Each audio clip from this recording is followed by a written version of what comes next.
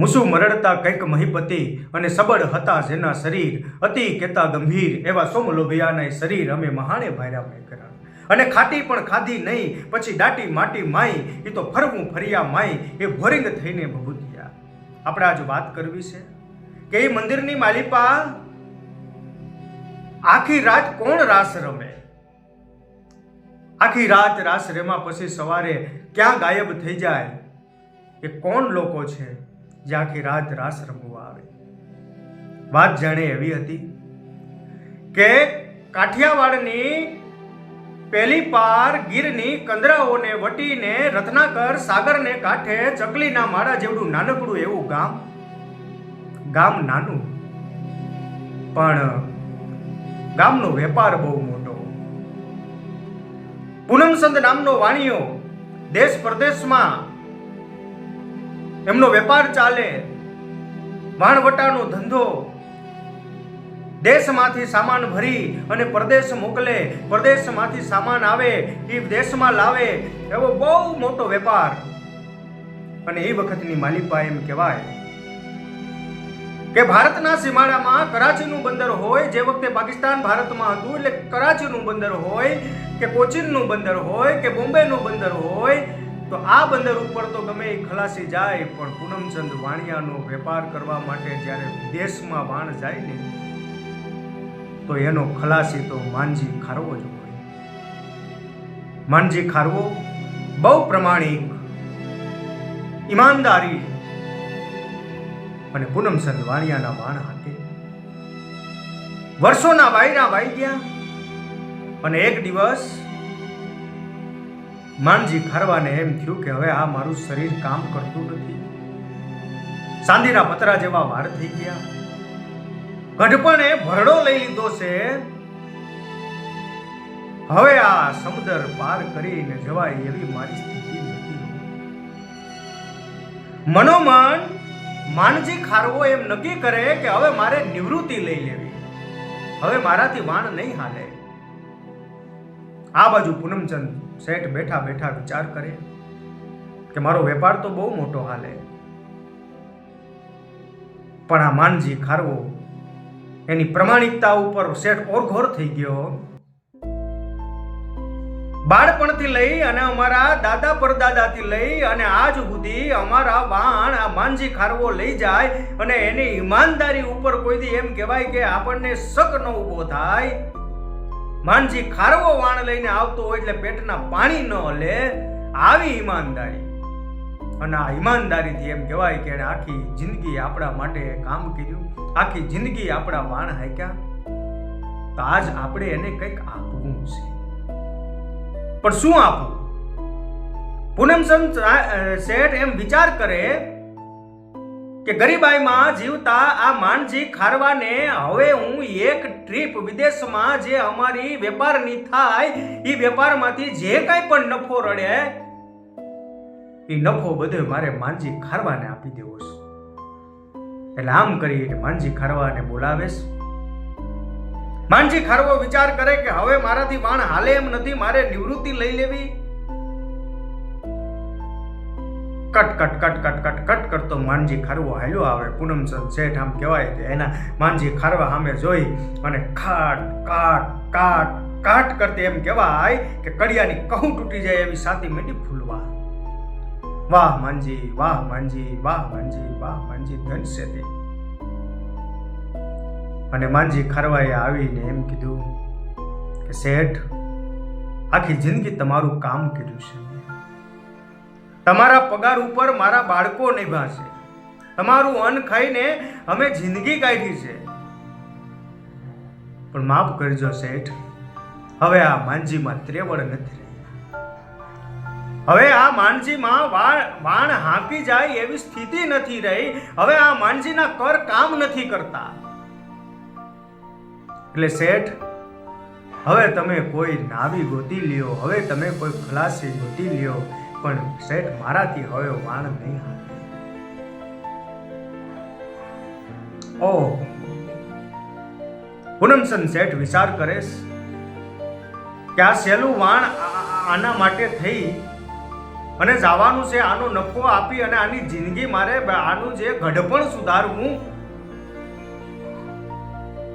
એટલે પૂનમચંદ શેઠ એમ કહે, હે માનજી, તું બાપ ભલે નિવૃત્તિ લઈ લે, ભલે વાણ હાંકવાનું બંધ કરી લે, પણ આ એક ટ્રીપ છે ને એ તો બહુ મહત્વની છે, ખૂબ મોટો વેપાર છે, અને એમ કઈ ગમે એને એનો વેપાર આપી ન દેવાય, ગમે એને વાણમાં મોકલી ન દેવાય. તો માનજી, તારા જેવો અનુભવી હોય, તારા જેવો ઈમાનદાર હોય તો વાણ સોંપાય. એટલે માનજી, એક એમ કહેવાય કે એક વખત તું આ પરદેહની ટ્રીપ કરી આવ, પછી તું તારે આરામથી જિંદગી જીવજે, નિવૃત્તિ લઈ લેજે. એટલે પૂનમચંદ શેઠની વાત સાંભળી અને માનજી વાડીઓ છેલ્લી ટ્રીપ માટે તૈયાર થયો. 4-5 ખલાસીઓને લઈ અને માનજી ખારવો એમ કહેવાય કે પૂનમચંદનું વાણ લઈ અને આફ્રિકાના દેશમાં, આફ્રિકાની ખાડીમાં વેપાર કરવા માટે થઈને નીકળ્યો. 1 દી 1 રાત, 2 દી 2 રાત, ત્રીજો દી અને ત્રીજી રાત થઈ અને ચોથા દિવસના એમ કહેવાય કે સવાર પડ્યું એટલે માણજી વાણીઓ આફ્રિકાના બંદરે એના વાણને નાંગરી દીધા. આમ પરસેવો લૂતા લૂતા માનજી ખારવો વિચાર કરે કે જિંદગીની છેલ્લી ટ્રીપ છે, હવે તો બાપ કંઈક વેપાર રડી લઈએ એમ કરી અને ઈમાનદારીથી એમ કહેવાય કે બીજો માલ પાછો દાયા દેશમાં લાવવા માટેનો વાણમાં નાંગરી લીધો. વાણ દેશમાં આવવા નીકળ્યું. બરાબર મજક રાતનો સમય ભાંગ્યો. ચંદ્રમાની ચાંદની સોળે કળાએ ખીલી અને અચાનક એમ કહેવાય કે કાળા દિબાંગ વાદળા મંડ્યા વાદળમાં ઘેરાવા અને અધૂરામાં પૂરું હોય એમ ચમક ચમક ચમક ચમક વીજળી મંડી ચમકવા. થોડી વાર થઈ ગયા તો પવનના ઘૂસવાટા મંડ્યા ઉપડવા અને બર્દ દરિયામાં વાણ ડોલવા માંડ્યું, કારણ કે દરિયામાં તોફાન ફૂટી ગયું હતું.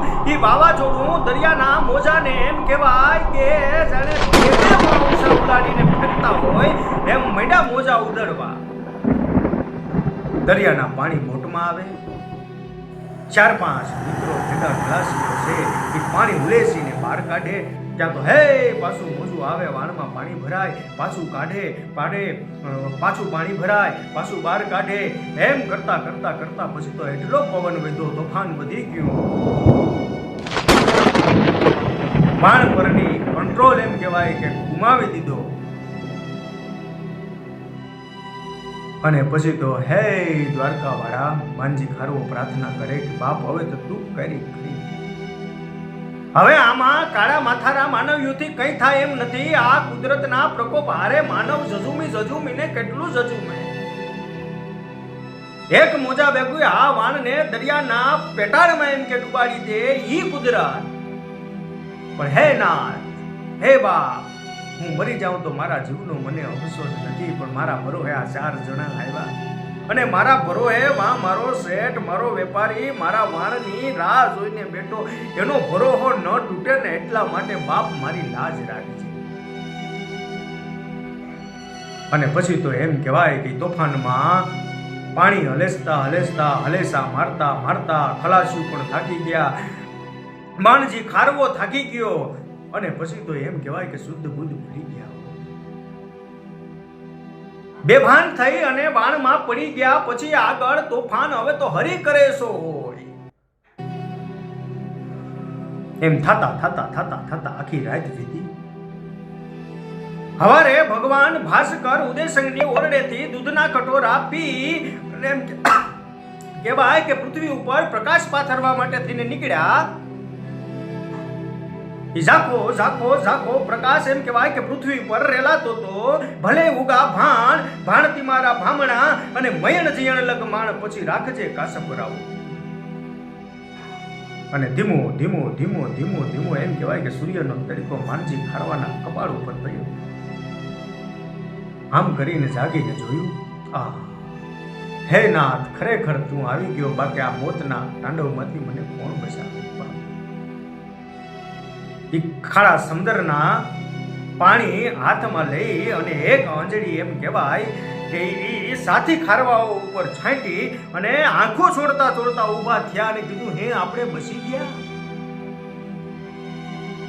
માનજી બાપા, આ તો કુદરત બસાવે, બાકી આજ મોત સામે ભાળી ગયા હતા.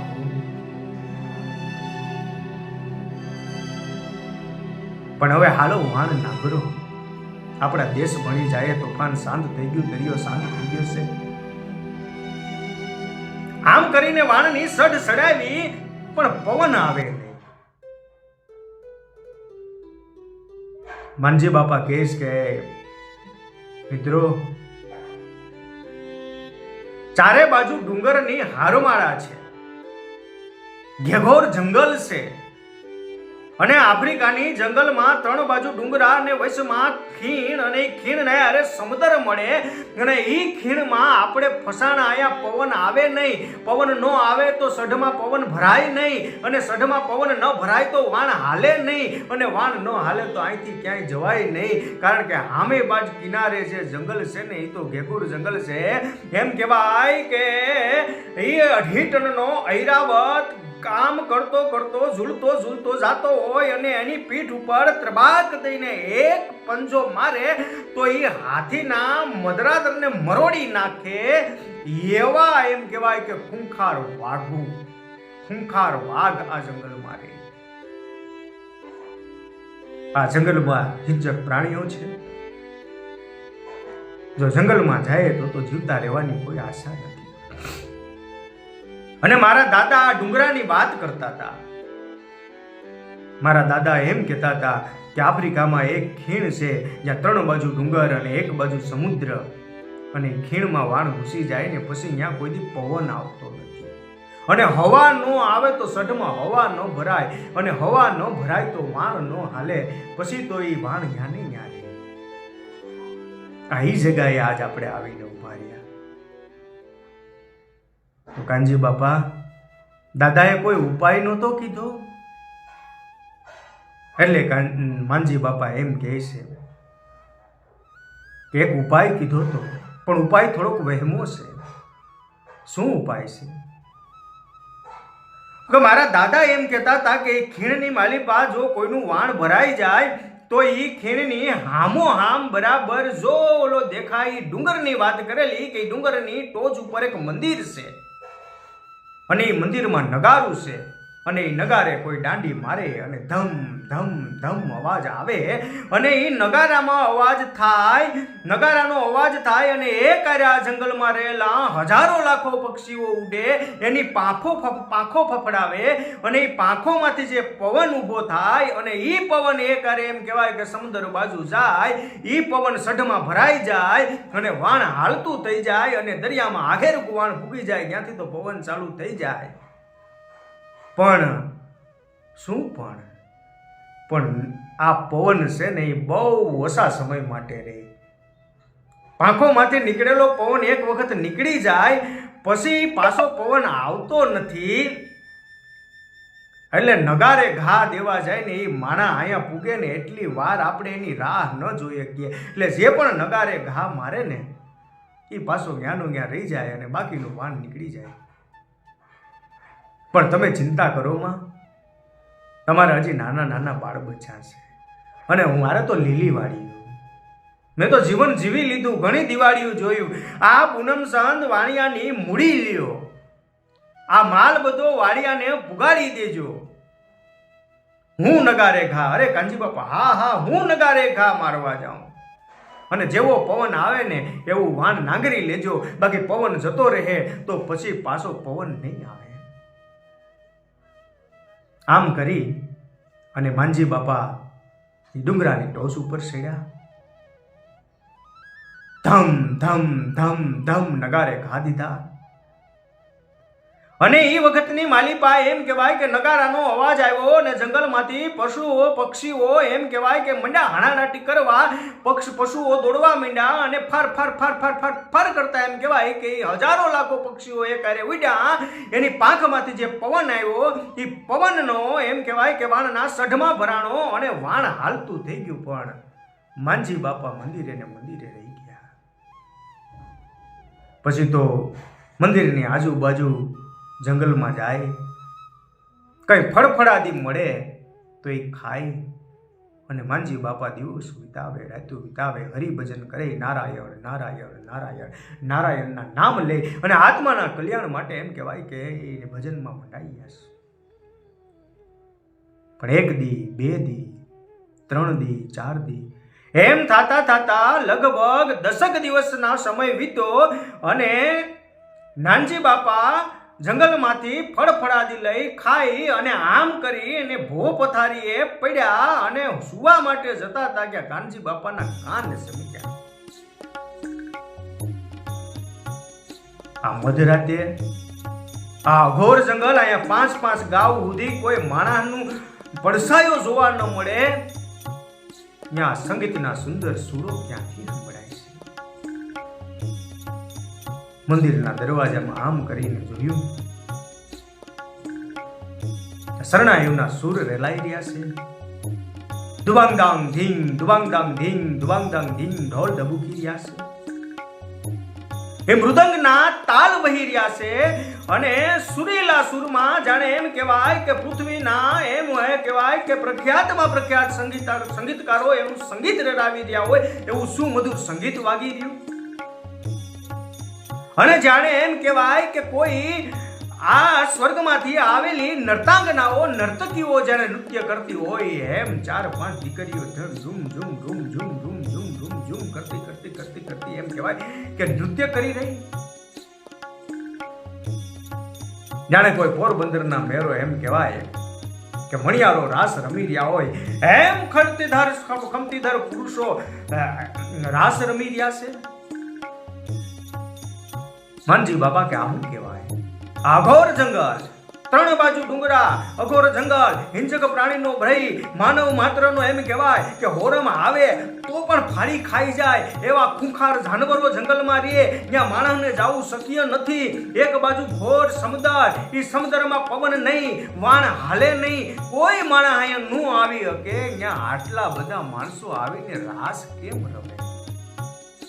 આ લોકો કોણ છે? હિંમત વાળો માણસ. બાકી તો અમારા કાનજી બુટા બારોટ કહેતા હતા કે એ વખત ની માલિપા એમ કહેવાય કે જમાદારે આમ જોયું, આમે જીથરાને ભાડ્યો, પછી તો એ જીથરાને ભાડીને જમાદાર ભાગ્યો. આગળ જીથરો, વાહણ જમાદાર, આગળ જીથરો.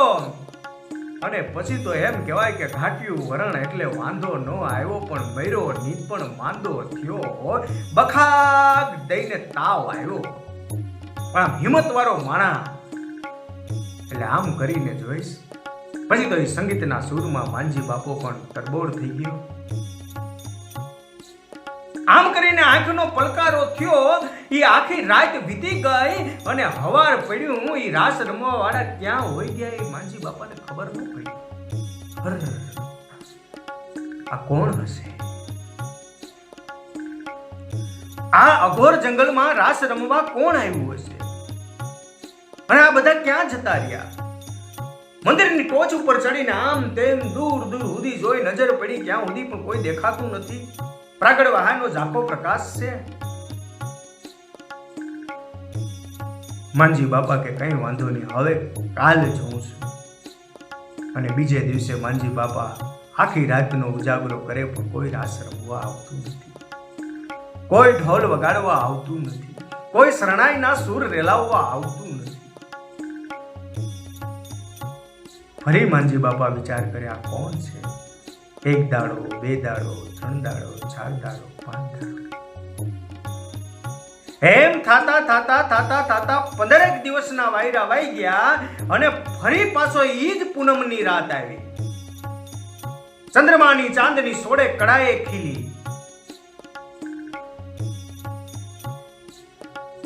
અને બરાબર મજક રાતનો સમય બધાનો. અને room zoom room zoom room zoom room zoom કરતી એમ કહેવાય કે 6-7 દીકરીઓ એ ઝાંઝરના ઝણકાર કરતી હાલી આવી. ફરી ઢોલ ઢબકા ટે ટે ટે ટે ટે ટે ટે કરતી એમ કહેવાય કે શરણાઈઓના સૂર રેલાણા. ફરી એ જ મૃદંગના તાલ, ફરી એ જ વાંસળીના સૂર અને ફરી એ જ રમવા વાળા ગોપને ગોવાળ. અને રાસ જામ્યો. એ રાસની રમઝટ બોલવા માંડી. માંજી બાપા એમ વિચારે કે હમણાં પૂછી લઉં આ લોકો કોણ છે?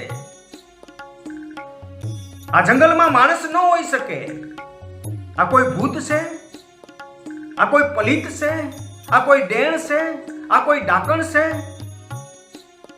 અને આ લોકો આ શું કામ રાસ રમવા આવતા છે? મારે જાણવું છે. એમ વિચારવામાં આજની રાત પણ પૂરી થઈ. આમ કરીને એક ડગલું આગળ જઈને પૂછવા જાય એટલી વારમાં તો ઈ રાસ રમતી દીકરીઓ રાસ રમતા જણ અને આખા ઈ સંગીત રેલાવતા સંગીતના સામગ્રો બધા ગાયબ. કોણ હશે આ? હજી પ્રશ્ન રહી ગયો. માંજી બાપાને ઉત્તર નથી મળ્યો. આ ઘોર જંગલમાં કોણ? આ કોઈ દેવકુમારો હશે? આ કોઈ સ્વર્ગમાંથી અપ્સરાઓ આવતી હશે? આ કોઈ સ્વર્ગના ગાંધર્વો હશે? ના. આ પૃથ્વી પર સ્વર્ગના લોકો તો શું કામ આવે? આ કોઈ વર્ષો જૂનું એમ કહેવાય કે ગામ હોય ને પૃથ્વીના પેટાળમાં દટાઈ ગયું હોય અને એ કોઈ ભૂતાવળ જાગતી હશે અને એ ભૂતાવળ રાસ રમતી હશે. કોઈ ભૂત હશે. પણ એ રહસ્ય તો રહસ્ય જ રહી ગયું અને રાસ રમવા વાળા જતા રહ્યા. માનજી બાપા વિચાર કરે છે. તે દિવસે પણ પૂનમ હતી. આજ પણ પૂનમ છે એટલે નક્કી કોઈ પૂનમની રાતે રમવા આવે. ક્યાંક અખિલ બ્રહ્માંડનો માલિક મારો કૃષ્ણ પરમાત્મા રાસ રમવા આવતો હશે. કોણ હશે? હવે આવતી પૂનમે તો મારે એમ કહેવાય કે પાકું પૂછી લેવું કે તમે કોણ છો. અને પછી માનજી બાપા રૂટીન પ્રમાણે જંગલમાં જાય, ફળફળાદી લાવે, ફળફળાદી ખાય, રાતે સૂઈ જાય, સવારથી સાંજ સુધી ભગવાનના ભજન કરે, રટણ કરે. એમ થતા ફરી 1 દિવસ, 2 દિવસ, 3 દિવસ એમ થતા 15 દિવસના વાયરા વાઈ ગયા. ફરી જ પૂનમની રાત આવી અને નાનજી બાપા હિંમત તામ ભેગી કરીને બેહી ગયા કે આજ તો પૂછી લઉં કોણ છે. મંદિરના દરવાજા આડામ સુપાય ને માંજી બાપા બેઠા ત્યાં રૂમ ઝૂમ કરતી. એમ કહેવાય કે એ જ દીકરીઓ ફરી હાલી આવે છે. બસ હવે આવ્યા છે લોકો. પણ આજ દીકરીઓ હાલી આવે એના પગમાં ઝાંઝરના ઝણકાર નથી.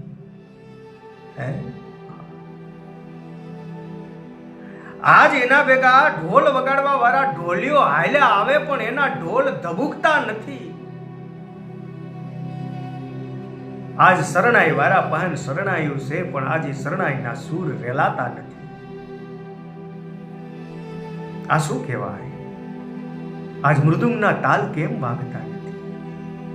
આજ સંગીતના સૂર કેમ રેલાતા નથી? આ લોકો આજ રાસ કેમ રમતા નથી? આમ કરીને માંજી બાપા જોઈ તો એ નાની દીકરીઓથી લઈ અને મોટા માણસ સુધી બધાની આંખમાંથી ટપક આહુડા કેમ પડે છે? આનંદ, ઉત્સાહ, ઉમંગ આ જેનો ક્યાં ચાલ્યો? આ જેનામાં એટલી કરુણતા કેમ આવી? માંજી બાપાનું હૈયું પણ એમ કહેવાય એક વખત તો રડી પડ્યું. આમ કરીને જોયું ને તો જે આગળ એક દીકરી હાલી આવતી અને દીકરીની ટચલી આંગળીમાંથી ટપક કરતા એમ કહેવાય કે લોહીની ધાર થતી. એ જેમ પગલા ડગલા પાડતી જાય એમ લોહીના ટીપાનો લીસોટો થતો જાય. માંજી બાપાને આમ નજર કરી આ શું કહેવાય? આ 6-7 વર્ષની દીકરી અને દીકરીની ટચલી આંગળીમાંથી લોહી વહે અને આ લોકો આજ આનંદ ઉત્સાહમાં કેમ નથી? એટલે માંજી બાપાએ હિંમત ભેગી કરી અને આગળ જે 6-7 વર્ષની દીકરી હતી ને એની માથે હાથ મૂકીને એટલું કીધું કે બેન દીકરી, બેટા, તમે કોણ છો? હું 3 પૂનમથી તમને જોઉં છું. દર પૂનમે તમે અહીંયા રાસ રમવા આવો, બહુ આનંદ ઉલ્લાસ કરો. આજ તમારા બધામાં આનંદ કેમ નથી? આજ કેમ તમારા સંગીત વાગતા નથી? આજ કેમ તમારી શરણાઈઓના સૂર રેલાતા નથી? આજ કેમ તમારા પગ એમ કહેવાય કે નૃત્ય માટે થડકતા નથી? આજ બધા કેમ આમ ગમગીન છો? અને દીકરી, આ તારી આંગળીમાં શું થયું? એમાંથી લોહી કેમ નીકળે? એટલે 6-7 વર્ષની દીકરી એમ કહે છે, બાપા, તમે કઈક સાંભળો તો હું કહું ને. તમે પ્રશ્ન ઉપર પ્રશ્ન પૂછે જાઓ તો મારાથી થોડુંક કઈ કહેવા હે. નહીં દીકરી, કે આ તારી આંગળીમાંથી લોહી કેમ? તમે મને ઓળખો છો દાદા? ના, હું તમને ઓળખું છું. હે? હા. તમે ભારત વર્ષના ગીર કાંઠાના ગામડે આવેલા નાનકડા એવા ગામડામાં પૂનમ સંત ના ખલાસી માનજી બાપા ને. માનજી બાપા એટલું કીધું કે તો એમ કહેવાય કે આંખો સમકી ગઈ હો. આ દીકરી કોણ હશે? હું તો આને ઓળખતો નથી. આ મને ઓળખે છે? મારું ગામ કહી દીધું, મારું ઠેકાણું કહી દીધું, મારું નામ કહી દીધું, મારા શેઠનું નામ કહી દીધું. આ કોણ હશે? ત્યારે 6-7 વર્ષની દીકરી એમ કહે છે કે માનજી બાપા, તમે કયો છો ને, તમે મને પૂછો છો ને કે મારી આંગળીમાંથી લોહી કેમ ટબકે, તો તમારા ફળિયામાં એક લીંબડીનું ઝાડ છે. હા, ઈ લીંબડી છું. અને આજ તમારા ઘરના એટલે કે તમારા પત્નીએ દાંતણ કરવા માટે થઈને મારી ડાળખી તોડીને એ મારી ટચલી આંગળી હતી અને એ તોડી નાખીને એટલે એમાં મને વેદના થાય અને એના ત્યારના લોહી ટપકે. દીકરી, તું લીંબડી છે? હા, અમે બધા વૃક્ષો છીએ. હું લીંબડી છું, આ પીપળો છે, આ પીપળ છે, આ વડલો છે, આ આંબો છે, આ જાસૂદ છે, કોઈક છોડ છે તો કોઈક ઘટાદાર વટવૃક્ષ છે. અને દાદા, આખી સૃષ્ટિની જે વનરાય છે ને, એ વનરાય પૂનમના દિવસે આ અમારા કુળ દેવતાનું મંદિર છે. આ વનરાયના કુળ દેવતાનું મંદિર છે અને અહીંયા દર પૂનમે અમે રાસ રમવા આવીએ. અમે દર પૂનમે અહીંયા રાસ રમવા આવીએ અને આનંદ ઉલ્લાસ કરીએ. પણ આજે અમે રાસ નથી રમતા. એટલે માનજી બાપાએ કીધું, કેમ દીકરી, કેમ બેટા, તારી આંગળી કપાઈ ગઈ, એમાં તને વેદના થાય અને આ તારા પરિવારની તારા પ્રત્યે સહાનુભૂતિ છે એટલે રાસ નથી રમતા? નહીં નહીં નહીં દાદા, આવી તો અમારી આંગળીઓ તો લોકો કાયમ કાપે, અમારા હાથ પણ કાપી નાખે, અમારા કાન પણ કાપી નાખે. અરે અમને આખા કાપી અને કોઈ એમ કહેવાય કે ઇમારતો બનાવી દે, કોઈ વાણ બનાવી દે, એના અમને અફસોસ ન હોય બાપ. એટલે અમે એટલા માટે આ રમવાનું બંધ નથી કર્યું, એટલા માટે અમે બધા દુખી નથી. તો દીકરી, શું કામ દુખી છું? ના ના દાદા, રહેવા દે. તમને કીધાથી તમારું દુઃખ, અમારું દુઃખ થોડું દૂર થાય. નહીં દીકરી, કે જો તમારા દુઃખમાં હું સહભાગી થાઉં ને મારાથી દુઃખ દૂર થઈ શકે એમ હોય તો મારે હવે જીવતરના છેલ્લા દિવસો કદાચ મોત વાલું કરવું પડે તો કરી લઈ. પણ દીકરી, તમારું એક સારું કામ કરતો જાઉં એટલે દીકરી મને કહે કે તમે શું કામ એટલા બધા દુઃખી છો? તેથી 6-7 વર્ષની નાનકડી દીકરી બાપાને એટલું કહે છે કે દાદા, તમારા ગામમાં પાદરમાં એક મોટો ભેગુર વડલો છે. હા, બહુ મોટો વડલો છે. મારા દાદા પરદાદા એ પણ વાતું કરતા કે આ વાડલાની વડવાઈએ લટકી હેલા ખાઈને અમે રમતા. એ તો ઘણા વર્ષો જૂનો વડલો છે. તો એ વડલો છે ને, હા, એ તમારા ગામના બધા લોકો ભેગા થયા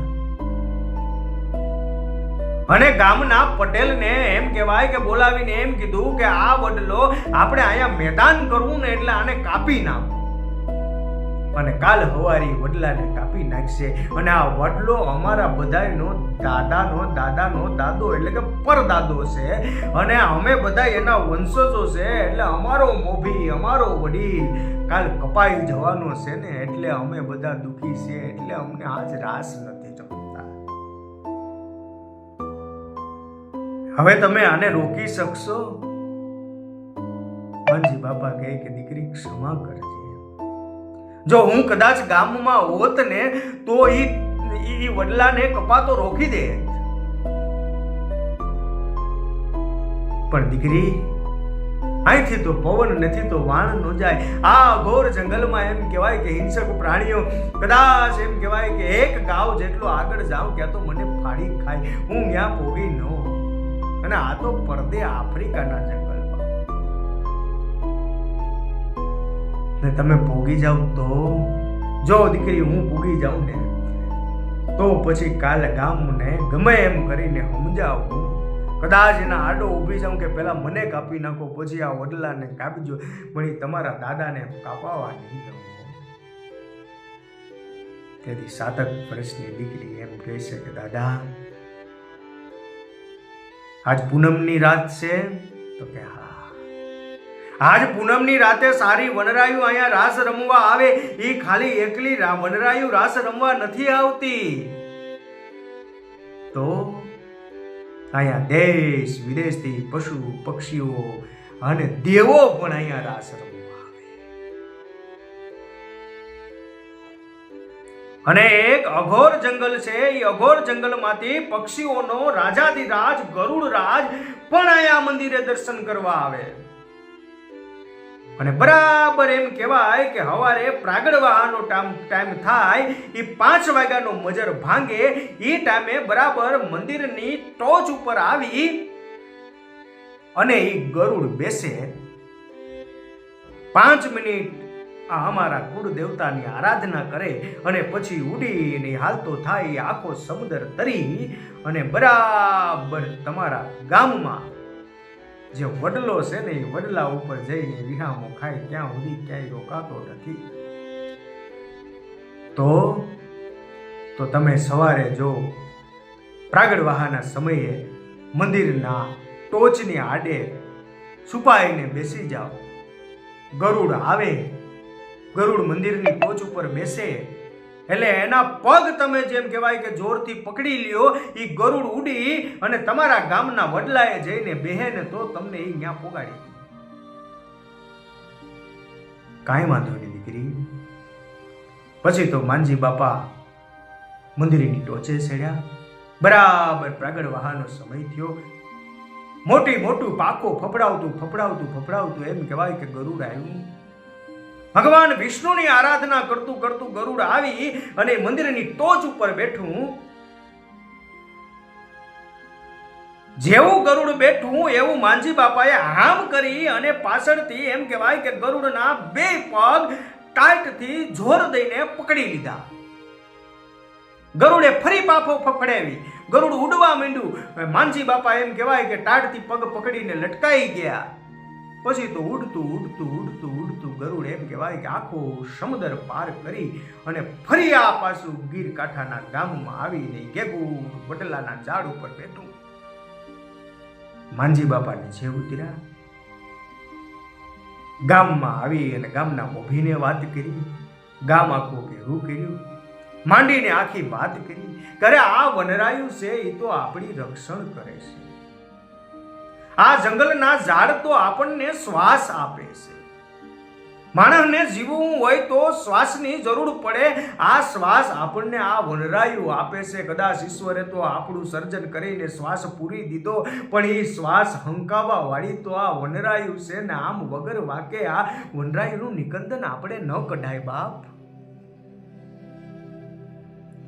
અને આખા ગામે નક્કી કર્યું કે હવે આ વડલાને કાપવાનો નથી. અને વડલો તો નહીં કાપીએ, પણ ગામમાં કોઈ ઝાડ કે કોઈ વૃક્ષ પણ નહીં કાપીએ. અને તેથી આખા ગામે નેમ લીધો કે ફોકટના વૃક્ષો અમે નહીં કાપીએ? જરૂર પડે તો ઝાડને પાણી પાવું, એનો ઉછેર કર્યું, કારણ કે આ તો આપણો એક ભાગ છે, જીવનનો એક અંગ છે. વનસ્પતિ ન હોય તો વરસાદ ન હોય, વનસ્પતિ ન હોય તો ઓક્સિજન ન હોય, વનસ્પતિ ન હોય તો હવા ન હોય, એટલે કે પવન ન હોય, પાણી ન હોય. અને પવન ને પાણી ન હોય પછી ભલે ને પૃથ્વી હોય, એના ઉપર જીવન ના હોય. એટલે પવન અને પાણી જીવનમાં જરૂરી છે ને આ બે આ વનરાયુ તકી છે. એટલે વનરાય આપણું જીવન છે. એટલે હવે અમે વૃક્ષો નહીં કાપીએ. આખા ગામે પ્રતિજ્ઞા લીધી કે હવે પછી વૃક્ષો નહીં કાપીએ. અને ઘણા બધા પ્રકૃતિ પ્રેમીઓ છે ને આજ દુનિયામાં, મને બહુ ગમે છે.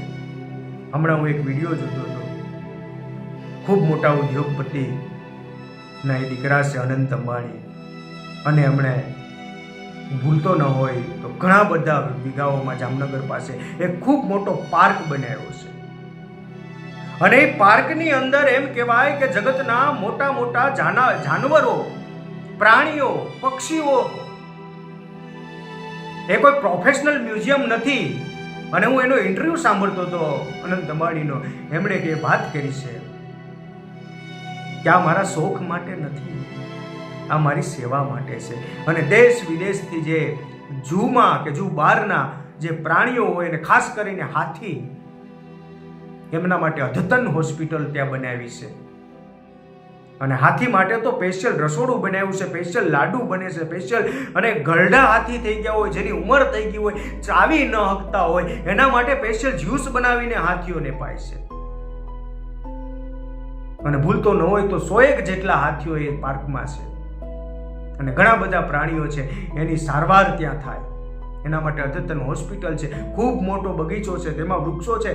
અને એક એમ કહેવાય કે કૃત્રિમ આખું જંગલ બનાવી દીધું છે. સલામ છે એના પ્રકૃતિ પ્રેમને.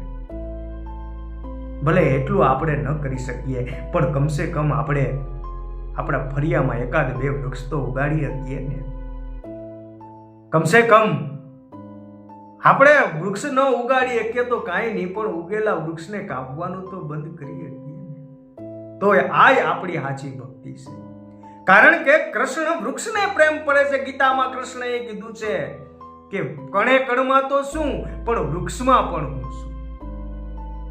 અને કૃષ્ણ પણ ક્યાંય આ સિમેન્ટ કોન્ક્રીટના જંગલમાં રમવા નહોતો ગયો, એ પણ ત્યાં ગોકુળમાં વનરાવનની કુંજમાં રમવા ગયો.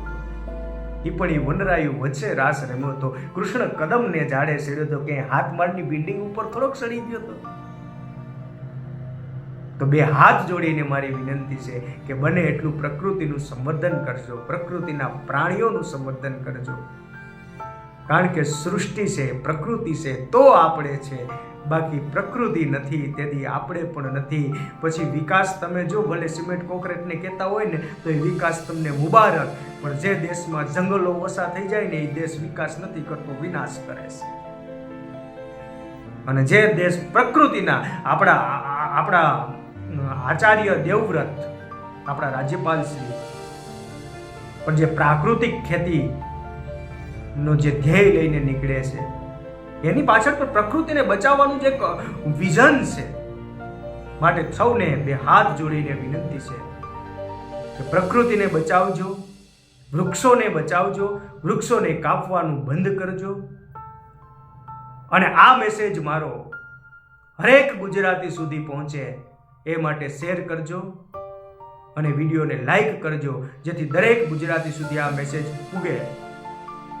અને આપણી પ્રકૃતિને જો આપણે થોડું ઘણું પણ એમાં બચાવવા માટે થઈને આપણો પ્રયાસ સફળ થાય તો આ મારો વિડીયો બનાવવાનો ધ્યેય પણ સફળ થશે અને આપણો રામ પણ રાજી થશે.